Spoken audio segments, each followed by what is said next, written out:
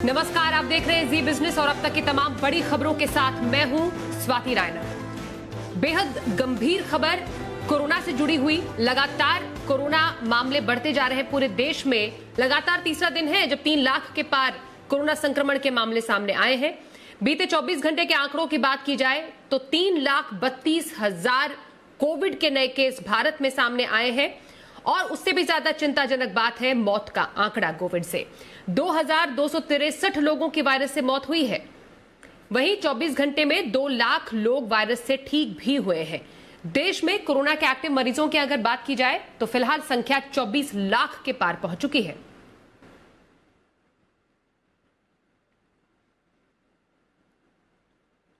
तो देश में कोरोना का संक्रमण बढ़ता जा रहा है। आंकड़े साफ तौर पर बयां कर रहे हैं कोरोना संक्रमित मरीजों की तादाद बढ़ने के साथ साथ देश के अस्पतालों पर, पूरी मेडिकल व्यवस्था पर भी लगातार बोझ बढ़ता जा रहा है। हम आपको देश की तस्वीरें दिखा रहे हैं और उसके जरिए इस वक्त मेडिकल व्यवस्था की क्या स्थिति है जरा देखिए और समझिए। देश में ऑक्सीजन और दवाइयों की किल्लत है। दिल्ली की बात करें तो कई अस्पतालों में ऑक्सीजन की कमी की खबर आ रही है और फौरन ऑक्सीजन की सप्लाई भी की जा रही है। दिल्ली के केमिस्ट शॉप में रेमडेसिविर की कमी से लोग काफी परेशान हैं। इसके बाद मध्य प्रदेश के जबलपुर से ऑक्सीजन की कमी से मौत की खबरें आ रही हैं, तो वहीं भोपाल में भी ऑक्सीजन की कमी के बाद लोग कतारों में खड़े नजर आ रहे हैं। दवाइयों की कमी, सांसों से जो लोग जंग लड़ रहे हैं उनके लिए ऑक्सीजन की कमी, स्थिति बेहद ही खतरनाक है।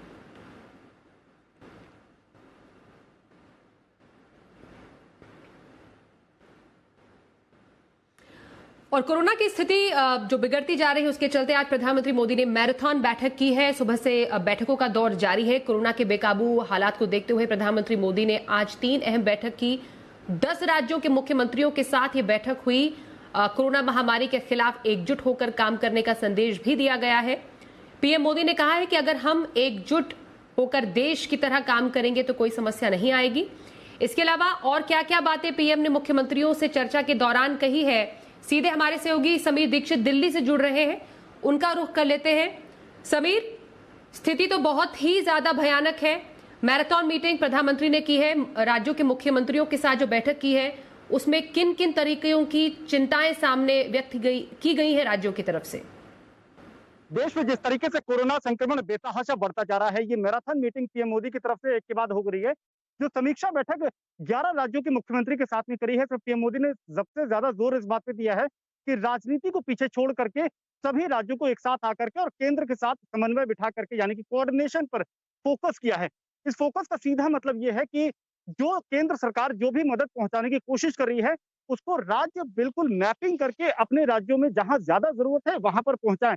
मसलन ऑक्सीजन की लगातार जो शॉर्टेज हो रही है, उसके लिए पीएम ने ये जरूर कहा है कि हम ऑक्सीजन की न केवल प्रोडक्शन बढ़ा रहे हैं, बल्कि राज्यों में उसको पहुंचाने के लिए तमाम बंदोबस्त भी किए जा रहे हैं। लेकिन अब जिम्मेदारी राज्यों की भी है कि वो राजनीति पीछे छोड़ दें।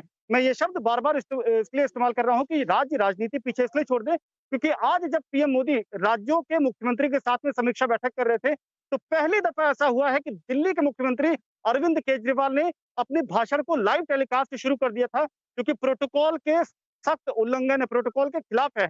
इसको लेकर के पीएम मोदी को बीच में टोकना पड़ा कि आप जो समीक्षा बैठक कर रहे हैं उसमें अपना फीडबैक दीजिए, आप अपनी दिक्कत बताइए, केंद्र उसके हिसाब से जो मदद हो पाएगी करेगी, लेकिन आप इस समीक्षा बैठक का इस्तेमाल किसी राजनीतिक एजेंडे के लिए नहीं कर सकते हैं। ये एक बहुत बड़ी बात हुई है क्योंकि दिल्ली में ये देखने में आया है कि तमाम राज्य अपने अपने स्तर पे कोशिश कर रहे हैं। उत्तर प्रदेश कोशिश कर रहा है कि ऑक्सीजन एक्सप्रेस आ जाए, उनकी ट्रेन आ जाए, लोगों को इलाज मिल जाए। हरियाणा भी, पंजाब भी अपने स्तर पे कोशिश कर रहा है।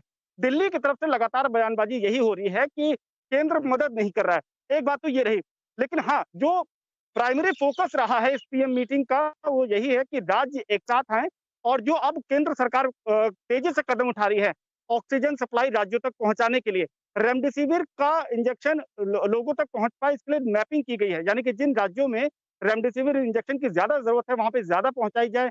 और सबसे अहम बात यह कि ब्लैक मार्केटिंग पर भी रोक लगाई जाए। बेड की संख्या लगातार, बिल्कुल आप ये समझ लीजिए कि ऊंट के मुंह में जीरा साबित हो रही है। अस्पतालों में बेड ना के बराबर हैं, तो ऐसे कई टेम्परेरी स्ट्रक्चर खड़े करने के लिए लगातार जोर दिया जा रहा है, चाहे स्टेडियम हो, कोई आश्रम हो या ऐसे खाली मैदान जिनको टेम्परेरी स्ट्रक्चर में तब्दील करके वहां पर कोविड पेशेंट का इलाज किया जाए, इसके लिए राज्यों से भी समन्वय करने की बात कही गई है। तो कुल मिलाकर के इस पीएम मीटिंग का मकसद यही था कि तालमेल बना रहे। ये ज़रूर है कि दिक्कतें हैं, लेकिन इन दिक्कतों में जो साथ आकर के अगर काम करेंगे और तो ये केंद्र तमाम में दिक्कतों को धीरे-धीरे कम करने में मेडिकल मदद मिलेगी। इमरजेंसी के इस वक्त में सामंजस्य बनना बेहद जरूरी है, ये इस वक्त प्राथमिकता है। ये बताइए, दिल्ली की अगर स्थिति की बात करें, ऑक्सीजन की कमी से राजधानी जूझ रही है। कई अस्पताल में ऑक्सीजन के कुछ ही घंटे बाकी हैं, लगातार जो हमें खबरों में बात सामने आने सुनने को मिलती है। फिलहाल ऑक्सीजन की कमी को दूर करने के लिए क्या किया जा रहा है, इस पर अपडेट क्या है? साथ ही बिल्कुल आप ये बात सही कह रही हैं कि दिल्ली के तमाम बड़े अस्पताल, तमाम प्राइवेट बड़े अस्पताल, चाहे वो सर गंगाराम हॉस्पिटल हो, मैक, फोर्टिस जैसे तमाम बड़े अस्पताल हों, जिनको 5 स्टार अस्पताल की कैटेगरी में गिना जाता है, वहां पर भी ऑक्सीजन की कमी है। लगातार SOS call, emergency call in अस्पतालों की तरफ से आ रहा है। कहीं पर 4-5 घंटे की केवल ऑक्सीजन बची है। मसलन अभी भी जिस वक्त हम बात कर रहे हैं, तकरीबन 5 अस्पताल दिल्ली में ऐसे हैं, जहां पर आज शाम तक का ही ऑक्सीजन बचा हुआ है।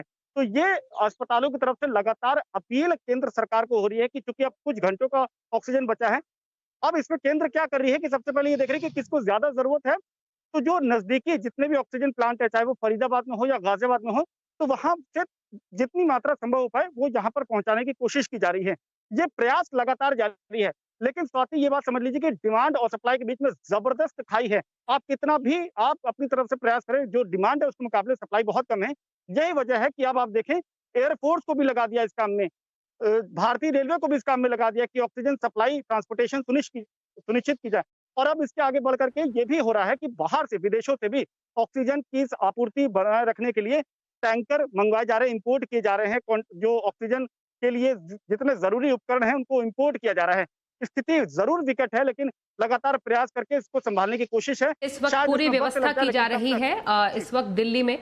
जी, कोशिश लगातार जारी है ऑक्सीजन की कमी को पूरा करने की। फिलहाल इस जानकारी के लिए समीर आपका बहुत शुक्रिया। आगे अपडेट लेते रहेंगे और तमाम खबरों पर।